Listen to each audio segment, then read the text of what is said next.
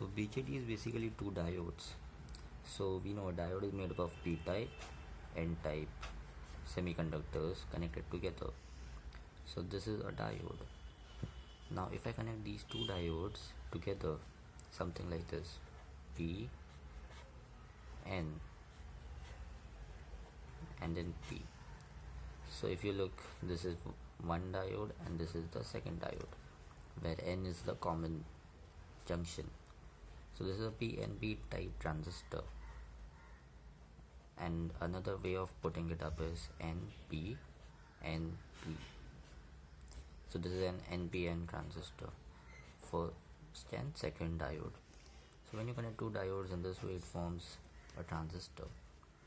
Now in order to understand transistors, the working of transistor as a switch and as an amplifier, we need to understand we need to know the basics of diode, and then we'll apply the same basics of diode to these two diodes that we have over here.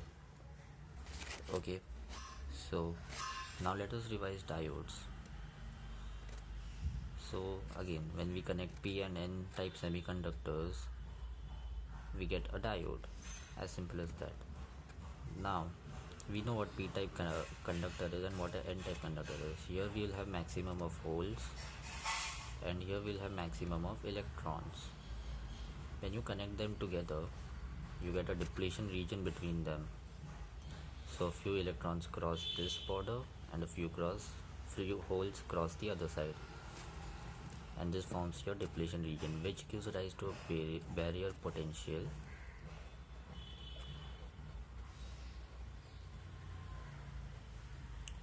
of 0.7 or 0.3 depending on whether it is silicon or germanium. Okay, now I hope you also know the IV characteristics of a PN junction diode, where V is on the X and I is on the Y axis. This is the positive voltage, this is negative voltage. So when we apply positive voltage, the current would be minimum until a certain point, either 0.7 or 0.3, and then it will rise. So whatever this voltage is called as the knee voltage, Vk. On the negative voltage, that is reverse biased, so this is forward, this is reverse. In the reverse bias region, there is some saturation current due to minority charge carriers, and then there is a sudden rise.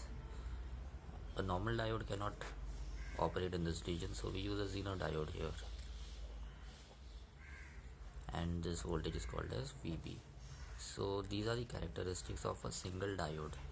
We will be applying this individually to two diodes, as in the case of a transistor. We will be applying this to understand the input and output characteristics of a transistor. Now let us first look at BJT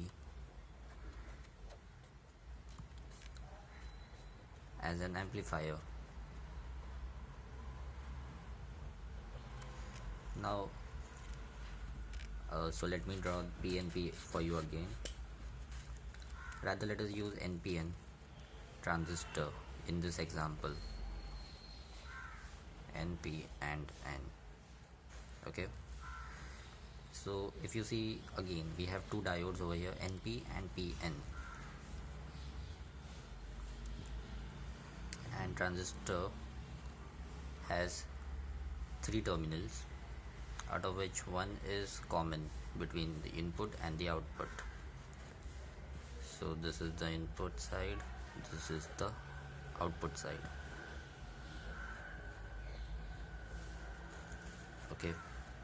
Okay, now so this, if you can see, the P, that is the center one, is sandwiched between two N type semiconductors.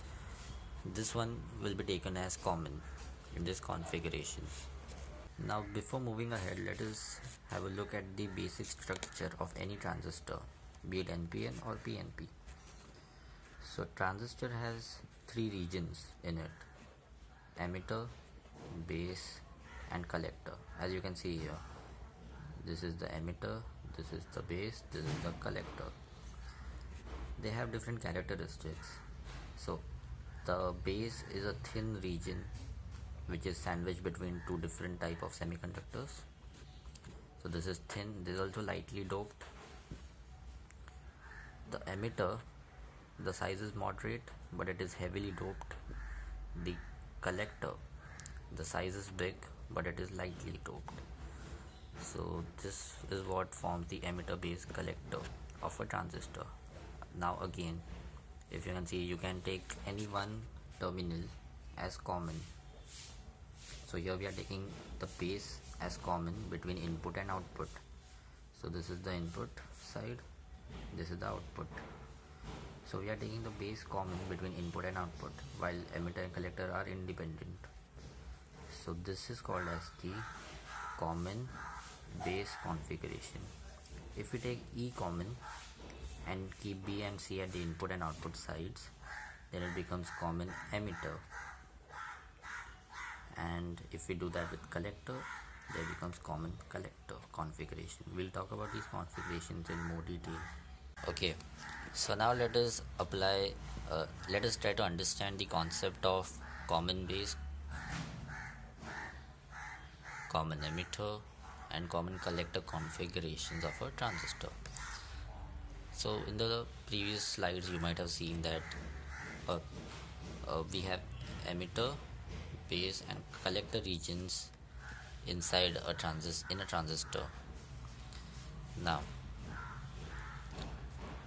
based on that, we also have a symbolism for transistors, which is something like this.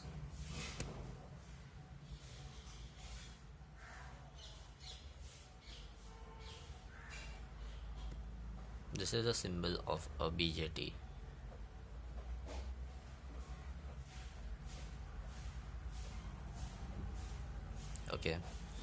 Okay, now as you can see the symbol, there are three terminals, 1,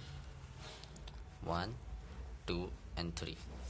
The terminal which has an arrow associated with it is always the emitter region. So this terminal and this terminal is always going to be the emitter, this one. This terminal towards the center will always be the base, and the one which doesn't have the arrow will be the collector. So that is how the symbol is. Now from the direction of the arrow you can decide whether it is an NPN or it is a PNP type of BJT. How?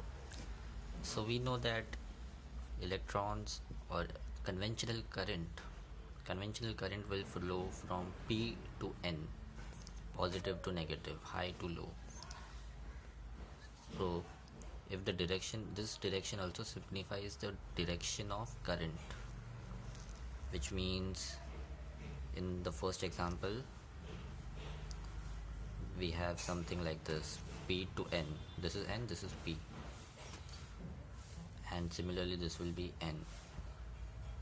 So this is an NPN type of transistor. Similarly here, from P to N, so this is P, so this is a PNP type of transistor. So that is how the symbolism is decided. Now next, now we have to keep the base common, emitter common and collector common, and draw three circuits, and these circuits are very important. So let us start. Okay, so first let us take up common base.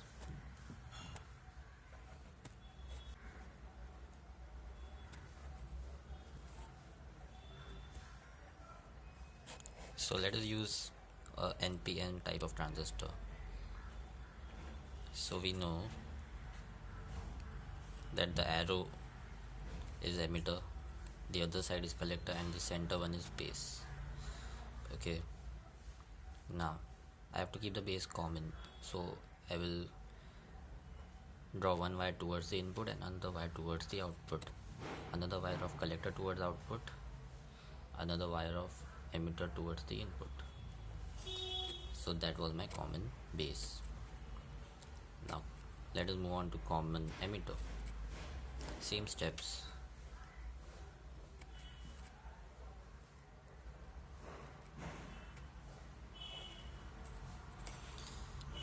time I have to keep the emitter common, so I will try to draw the emitter towards this side, something like this: base, emitter, collector. The arrow is always the emitter. Okay, so this is the emitter, this is the collector, this is the base. So base goes towards the input, emitter will go one towards input, another towards output because it is the common, and the collector goes towards output. I hope this is easy, right? So this is common emitter. Similarly, let's try common collector.